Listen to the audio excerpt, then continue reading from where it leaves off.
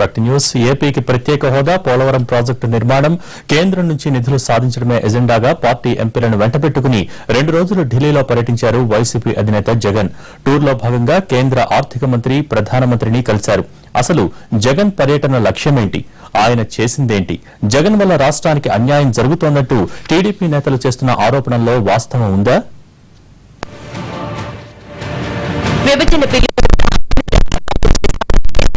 పదే పదే చెబుతోంది. పోలవరం ప్రాజెక్టు పూర్తి చేస్తామని, అందుకు నిధులు కేటాయిస్తున్నట్లు కేంద్ర ఆర్థిక మంత్రి చెప్పారు. కేంద్ర మంత్రులు కూడా ఏపీకి వీలైనంత సాయం అందించేందుకు కృషి చేస్తున్నారు. టీడీపీ నేతలు కూడా నిధులు తెచ్చేందుకు పోరాడుతున్నారు. ఇలాంటి సమయంలో ప్రతిపక్ష నేత వ్యవహరించాల్సిన తీరేంటి? రాష్ట్రంలో ఎన్ని విభేదాలు ఉన్నా కేంద్ర నిధులు సాధించే విషయంలో అందరూ ఏకతాటిపైకి రావాల్సి ఉంది. అయితే జగన్ మాత్రం దీనికి భిన్నంగా వ్యవహరిస్తున్నారు. పార్టీ ఎంపీల్ని వెంటేసుకుని కేంద్ర ఆర్థిక మంత్రి జైట్లీ, ప్రధానమంత్రి మోడీని కలిసిన జగన్ ఏపీకి ప్రత్యేక హోదాతో పాటు మరిన్ని నిధులు ఇవ్వాలని కోరతారని భావిస్తే ఏపీలో నిధుల దుర్వినియోగం జరుగుతోందని జగన్ ప్రధానికి ఫిర్యాదు చేశారు. పట్టిసీమలో ఏ రకంగా టెండర్లు 21.9% ఎక్సెస్ చేయడం, ఏ రకంగా టెండర్లు వేసిన తర్వాత దాన్ని బోనస్లుగా మార్చడం,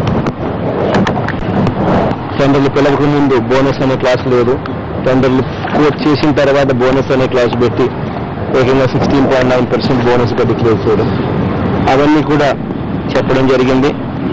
7E 7F అనే ఏ రకంగా మాకు ఎఫెక్ట్ అవుతాయి, చంద్రబాబు నాయుడు గారు చేసే పనుల వల్ల భయమేస్తా ఉంది అని కూడా, పోలవరం ప్రాజెక్టు కోల్డ్ స్టోరేజ్ లో పడిపోతుందని అనే ఆందోళనగా ఉందని కూడా చెప్పడం జరిగింది.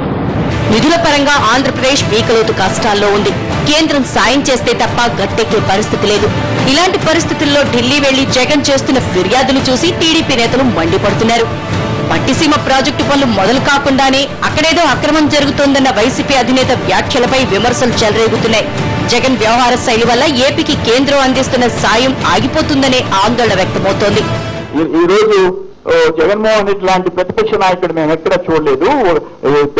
తమిళనాడుకి నష్టం వస్తే డిఎంకే, ఏడీఎంకే బద్ద శత్రువులైన రాజకీయ పార్టీల నాయకులు అందరూ కలిసి పార్టీలకి రహితంగా ఢిల్లీకి పోయి కూర్చుంటారు వాళ్ళ రైట్స్ కోసం. కర్ణాటక అంటే ఇంకో రాష్ట్రం అంతే. బట్ ఈ రోజు మన దురదృష్టం ఏంటంటే మనం పట్టిసీమ గురించి, కర్ణాటక, మహారాష్ట్ర, తెలంగాణ గురించి ఎవరు నోరెత్తకపోయినా జగన్మోహన్ రెడ్డి రోజు దీని గురించి నెగటివ్ ప్రచారం చేసి మనకు రాష్ట్రానికి నష్టం జరిగే కార్యక్రమం చేయటం అన్ఫార్చునేట్. దీన్ని మేము తీవ్రంగా ఖండిస్తున్నాం. ఏ ప్రభుత్వమైనా ఒక్క రోజులోనో, ఒక్క ఏడాదిలోనో సాగునీటి ప్రాజెక్టులను పూర్తి చేయలేదు. అందులోనూ విడిపోయిన తర్వాత ఆర్థికంగా దివాళా తీసిన స్టేజ్ లో ఉన్న ఏపీకి ప్రాజెక్టుల నిర్మాణం తలకు మించిన భారం. ఈ విషయాలన్నీ తెలిసి కూడా జగన్ ఇప్పటికిప్పుడే రాయలసీమ ప్రాజెక్టులన్నీ పూర్తి చేయాలన్నట్టు మాట్లాడుతున్నారు. పట్టిసీమ ప్రాజెక్టు విషయంలో అనవసరమైన భయాందోళనని రేకెత్తించి పక్క రాష్ట్రాల్ని రెచ్చగొట్టేలా ఉప్పందిస్తున్నారని టీడీపీ ఆరోపిస్తోంది.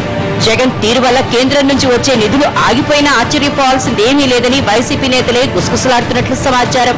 పట్టిసీమ ప్రాజెక్టు చంద్రబాబు నాయుడు గారు ఫౌండేషన్ స్టోన్ వేశాడు కాబట్టి ఈ క్లాస్ చూపించి మరో 37 టీఎంసీ నీళ్లు, మాకు రావాల్సిన నీళ్లు కర్ణాటక, మహారాష్ట్ర ఆపేస్తాయేమో అని మాకు భయంగా ఉంది అని 7F క్లాస్ కూడా చూపించి, ఇటువంటి పరిస్థితుల్లో మా భయాలున్నాయి కాబట్టి దయవుంచి మా భయాల మధ్య ఈ ప్రాజెక్టు జరుగుతూ ఉంది, మా భయాలను నివృత్తి చేయండి అని చెప్పి తనని రిక్వెస్ట్ చేయడం జరిగింది. రాష్ట్రానికి నిధులు సాధించాలనే ఎజెండాతో ఢిల్లీ వెళ్లిన జగన్ ఎవరి దగ్గర ఏపీ సమస్యలు, నిధుల గురించి ప్రస్తావించిన పాపాన పోలేదు. ప్రధానమంత్రి వద్ద కూడా నిధుల వ్యవహారాన్ని పక్కన పెట్టి చంద్రబాబు అక్రమార్కుడని అక్కుస వెళ్లగక్కటానికి ఎక్కువ సమయం కేటాయించినట్లు కనిపిస్తోంది.